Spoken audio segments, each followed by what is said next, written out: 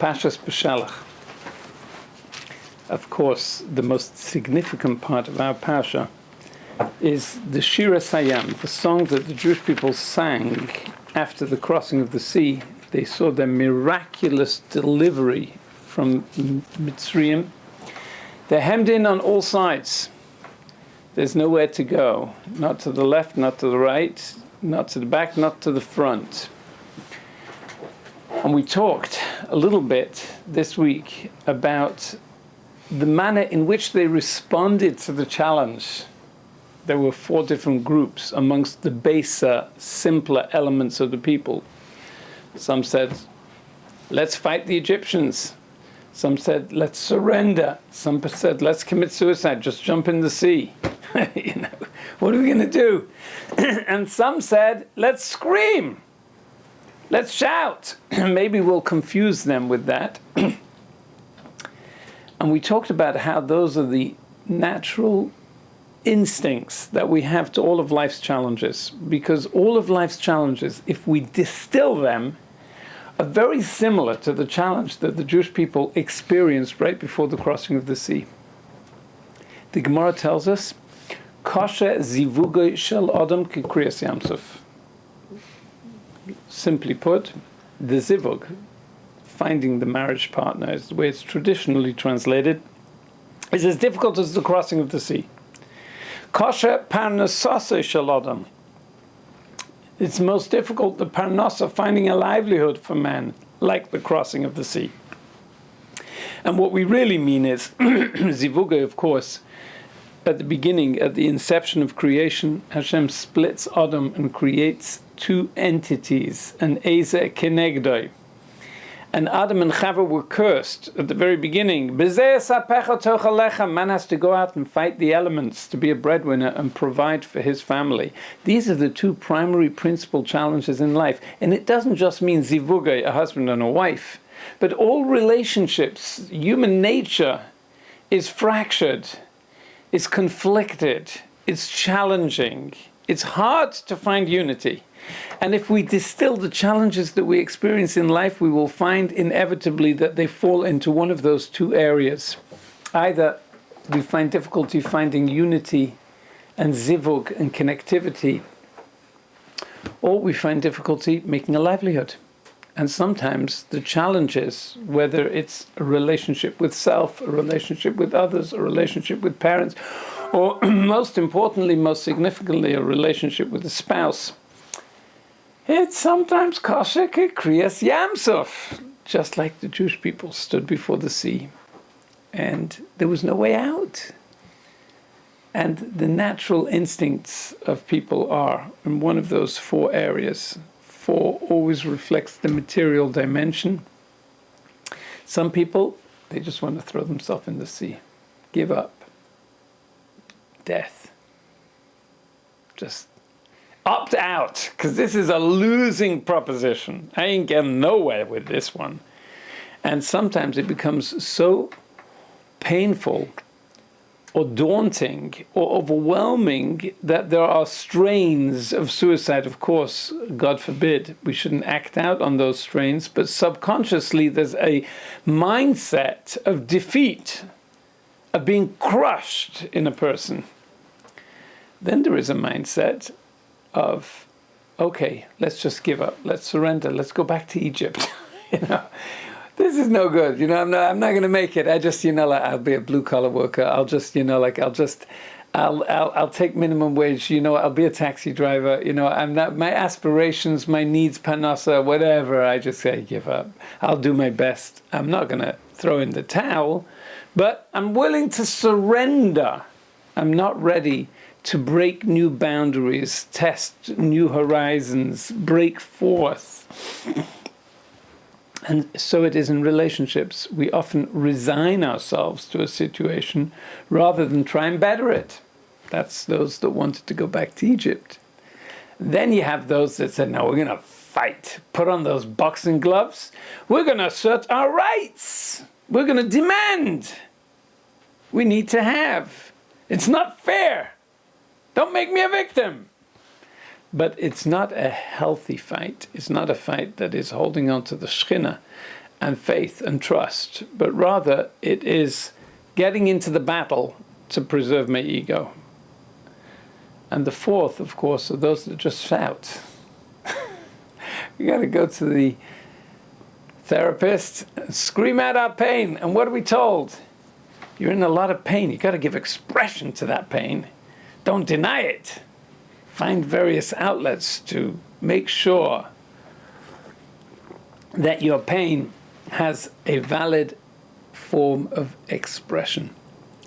And all of these, really, Moshe Rabbeinu responds to them. Don't go back to Egypt.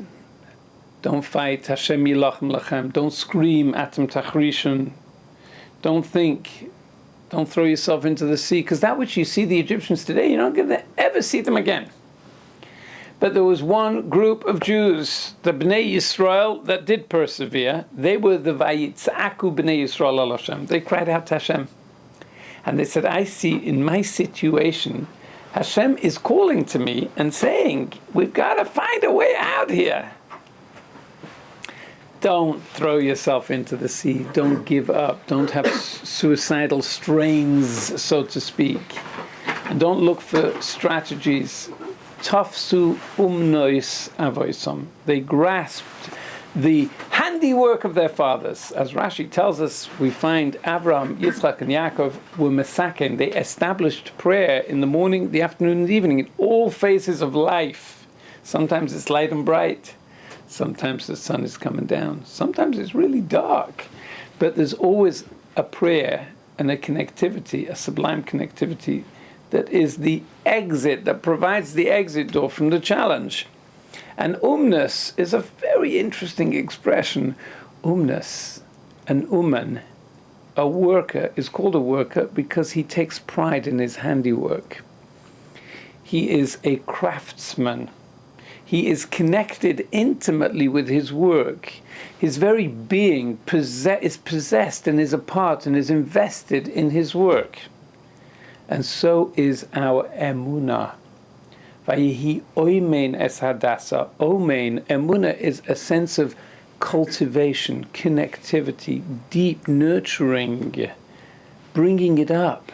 There is a strain inside of us that's really connected, a very, very faint echo, the soul, the black box, the neshama, that says there are no material strategic solutions to your situation. Hold on. Have faith. Move forward with strength, with conviction. And if we look at those that wrought the cutting and the crossing of the sea, it's those that demonstrated that faith, the nachshon that jumped in. No, we call it kriyas yamsuf, the tearing of the yamsuf. It wasn't really a kriya, it was really a bekia. Vayiboka hamayim, the water split in a mighty roar. So really we should be calling this the bekia of the yamsuf. But the Rabbeinu Bachai says a very beautiful thought. He says, no. The sea tore. It's like a zipper. And as the Jewish people walked in the sea was still a choma, it was still a wall in front of them. There was a massive wall of water. But as they moved forward, it kept on tearing in front of them. And it's a lesson in life. Because every day we face a new challenge. And every day we have to move forward. And every day, certain elements of life look like we're walking into a brick wall. Doesn't make any sense. And we have to keep moving forward with faith, with trust. And for some reason, we can't automatically plug in to the concept, to that which we experienced, that the water just split for me yesterday and the day before. I woke up. I had all my senses. I was breathing. Why am I anxious? Hashem gives me, and He provides for me. And if we make a personal diary in our life, inevitably it's full of miracles. Personal miracles, divine intervention. And yet we have a challenge. We have to draw on that only in the form of emunah.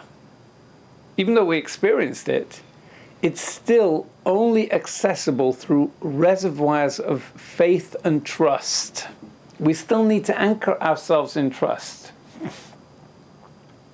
We have to hold on to the inspiration that we experienced, those moments of light and goodness. Hold on to it and trust that Hashem is going to continue and keep the good times rolling, and hold on and keep moving forward. But inspiration fades. That's the nature of the beast. But we want to hold on to the inspiration. That's the difference. I'll share with you a thought that is very important for us in life, I believe. We find at the crossing of the sea, in the Shira, we describe the response of the nations of the world. Shamu Amim, the nations heard, Yir Gozun, they were trembling.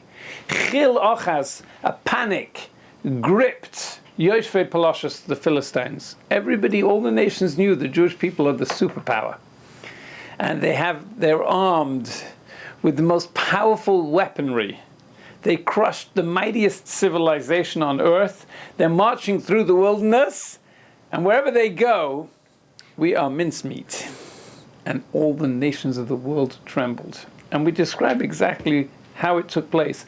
All of them, Chazal say, when the waters split, they didn't just split at the sea, they split all over the world. The Midrash tells us that everywhere, a person's in his bathtub, in his swimming pool, and all of a sudden he sees the water splitting. Woo! Awesome, what's going on? And the nations heard the Jewish people are crossing the sea, and they're marching forward to their destiny, to the Holy Land of Israel. Now, obviously, we don't know whether this is more metaphoric, whether they felt it, sensed it, intuitively experienced it. The waters did actually split in their bathtub, or they experienced it, they sensed it. Chazal say sometimes we have a premonition and an intuition of things that, even though they're not there in a concrete way, but they're there. The nations of the world knew. What was their response? How did they respond to this awesome happening? It's amazing happening. There are different ways that people respond to miracles. And you see it. After the 6-day war, there wasn't a nation in the world that didn't see the divine intervention of Hashem, the miraculous divine intervention of Hashem. And the way they responded is similar to the way we find here the nations of the world responded, and the way we respond in life to all inspiration, to all moments of divine intervention. What did the nations of the world say? Ad ya'avor amcha Hashem, ad ya'avor amzu kanisa. Ad ya'avor amcha Hashem. Okay, we here, the Jewish people, the chosen people, they're moving forward to the land of Israel. We'll all stand to attention. We're going to salute. We're going to watch them in a beautiful brigade going through the Canyon of Heroes. But we're just waiting for it to be over. We need to get back to the TV screen. We want to get back to the ball game. Ad Ya'avar Amcha Hashem.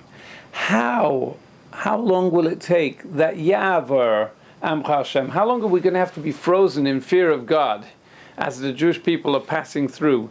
We don't feel good being so exposed to divine intervention of the Jews in this world. Ad Ya'avar. How long will it take that Ya'avar they will pass through Amzu Kanisa, this people that you have acquired? We understand the Jewish people are now your chosen people. Okay, very nice. Interesting. Makes for the headlines. What's tomorrow's headlines? This is a little unnerving. It's a little uncomfortable. We are placed second, third, and fourth class. They're your chosen people. How long is it going to take till they pass through? What does the Jewish people say? The next pasuk. Tiviyema, we have a prayer. Tvi'emoi, bring us to your holy land. Visito'emoi, and implant us in your holy land. Bring us to the Shiftcha Pa'alta Hashem. Bring us to your dwelling place. Mikdash Hashem Konenu Yodecha, the Beis HaMikdash that your hands have created. And the commentaries, the Midrash, Chazal tell us that the Jewish people are saying Tvi'emi is the first Beis HaMikdash. Visito'emi is the second Beis HaMikdash. And we'll march forward through history, whatever it takes, until we come to the third Beis HaMikdash, which is going to come down. You, God, are creating it in heaven, and it's going to come down in fire. Mikdash Hashem koinenu yadecha, that your hands have created its handiwork. It's the handiwork of your hands. We're going to keep marching. We're going to keep going forward. We'll endure the pain of exile. The first Beis HaMikdash will be destroyed. The second Beis HaMikdash will be destroyed. We'll walk through 2,000 years of exile, a blood-soaked Golos, until we know we're marching towards an ultimate destiny, the revelation, the divine revelation at the end of time. And so we're going to hold on to this. We know where we're coming from, and we know where we're going to. And we'll take from the past to keep moving forward to the future. Yes, every day is a new challenge, and every day is a new Kriyas Yamsuf.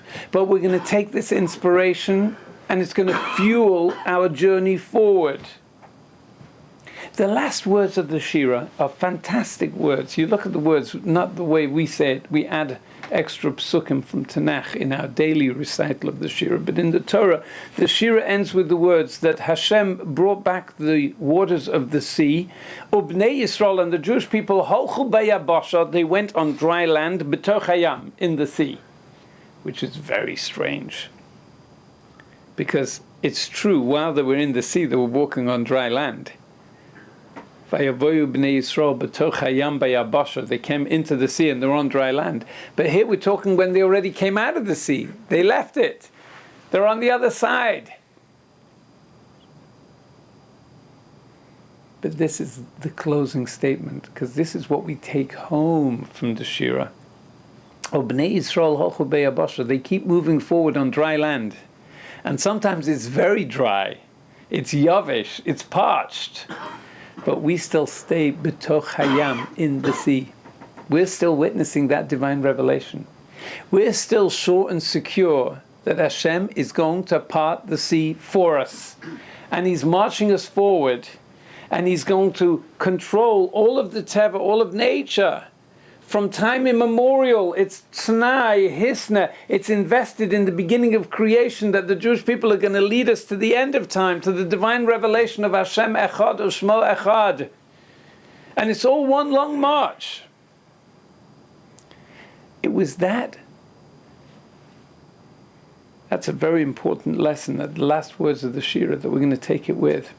But that was the essence of the divine revelation. When the Jewish people opened up their mouths to sing, the Talmud teaches us that even the little embryos in their mother's womb sang. This wasn't a song that was simply articulated with the mouth, like Shakespearean prose. A beautiful, nice song that they sang. Chas v'shalom. This was a prophecy. It was a great divine revelation, a prophetic revelation that the Jewish people experienced. And a prophecy is coming from so deep within, from an acknowledgement and a recognition and an aspaklaria that isn't subject to simply giving limited expression to something. It flows from within. Even the embryos in the mother's womb sang because it flew from deep within. Welcome aboard. Come. Take a seat, please. They sang. The sages tell us, Rashi brings, Oz Yasher Moshe. Then Moshe sang, will sing, future tense, Yasher. Doesn't say then he sang Oz Shar Moshe, Oz Yasher Moshe. The sages, Mikan, from here, Remes, we have a hint, an allusion to Tchias HaMesim, Min Torah, to the resurrection of the dead. We understand that our souls are implanted in our physical bodies for the lifespan that we live. And then the soul lives on and on and on. It's an entirely different view of life that we have.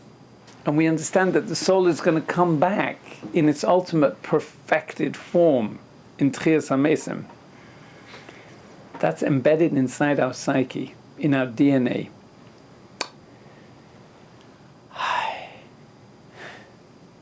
With clarity. We know that we are here temporarily.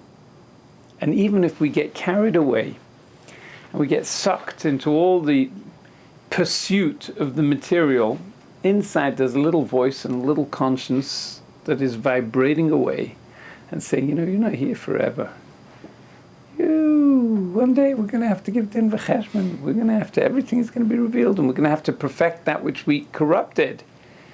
But the soul is going to live on and on and on, be reincorporated in the heavenly throne. It's still missing. It's still, the linkage isn't perfect. We'll come back down with Tchias HaMesim.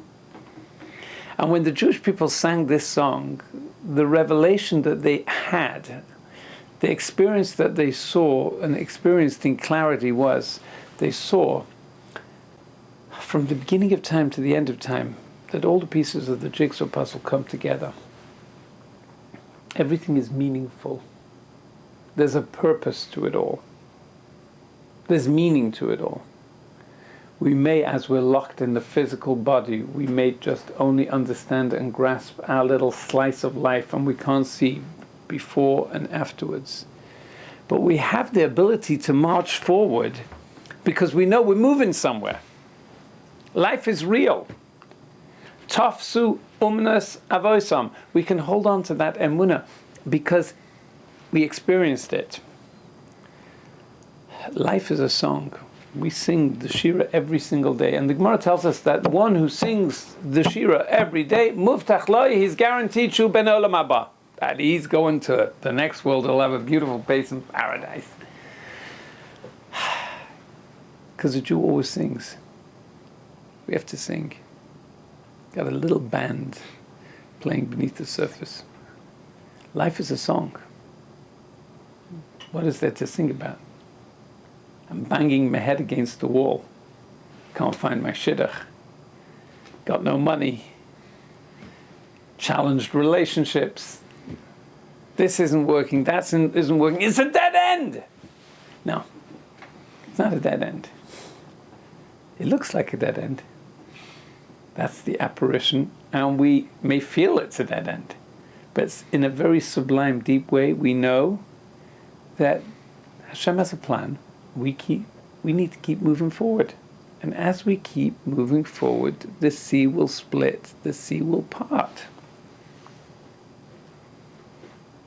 It has to be. Look, we're still here today. And there were many times in the past when we thought, that's it. Keep moving forward. And the sea splits, if we have emunah.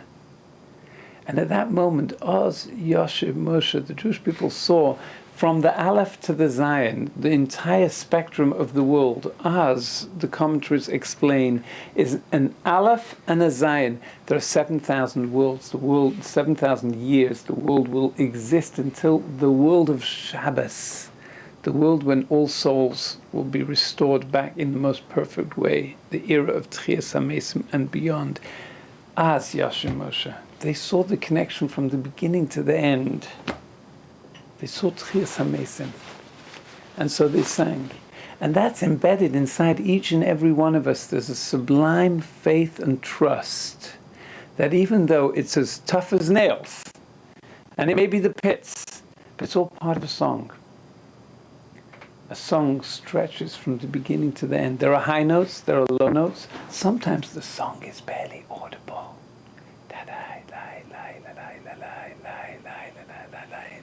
Hey, la la la. I love it when we sing one of those songs and, it's almost over and it looks like it's all finished and then everybody bursts afresh. That's a message. It's all one long song. It can go from low to high. The beauty of the song is the contrast. The linkage, the symphony, the synchronization of all different stages, that they all blend together into this beautiful song. So life's challenge is true. Our body responds with the 4 responses that the simple folks, the Erev Rav, had. They wanted to throw themselves in the sea. They wanted to give themselves up to the Egyptians. I'm resigned. I give up. They wanted to fight for their rights. They wanted to scream in pain. But all of that is, as we understand, the bodily reaction, the physical reaction. The real solution came. Tafsu umnes avoisam.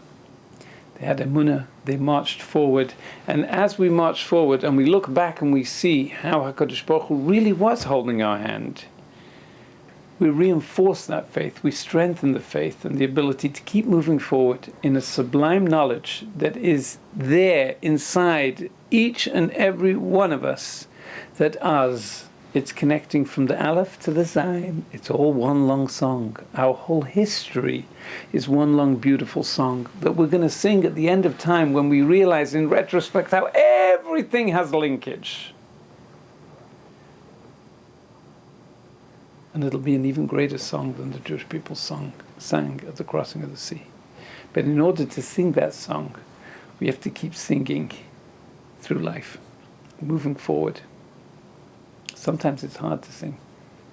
Sometimes it's so hard. But we have to remember, those 4 groups never got anywhere. The Nachshons, those that were emboldened and trusted and kept moving forward, were the ones that ultimately saw and sang the big song that we're all going to sing, B'meira. Have a wonderful Shabbos, everybody.